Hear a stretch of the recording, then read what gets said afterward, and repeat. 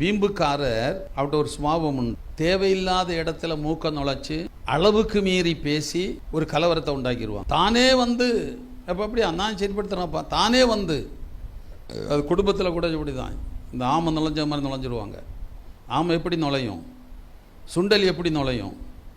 துள்ளி துள்ளி ஸ்பீடாக நுழையும். ஆமை எப்படி நுழையும்? மெதுவாக பதுங்கி பதுங்கி ஒவ்வொரு அடியாக எடுத்து எடுத்து வச்சு மெதுவாக உள்ள நுழையும்.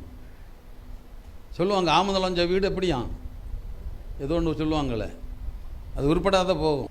பைபிள் ஒரு சம்பவத்தை உங்களுக்கு நான் ஞாபகப்படுத்த விரும்புகிறேன். அப்போஸ்தலர் 19ஆம் அதிகாரம் 31, 32 வசனத்தை வாசிங்க. முதல்ல அதை வாசி. கூட்டத்தில் அமளி உண்டாகி சிலர் அப்படியும் சிலர் இப்படியும் சிலர் அப்படியுமாக பேசினார்கள். தாங்கள் கூடி வந்த காரணம் என்னதென்று அநேகருக்கு தெரியாதிருந்தது. அதான் வீம்புகாரன். இவனு விஷயமே தெரியாது.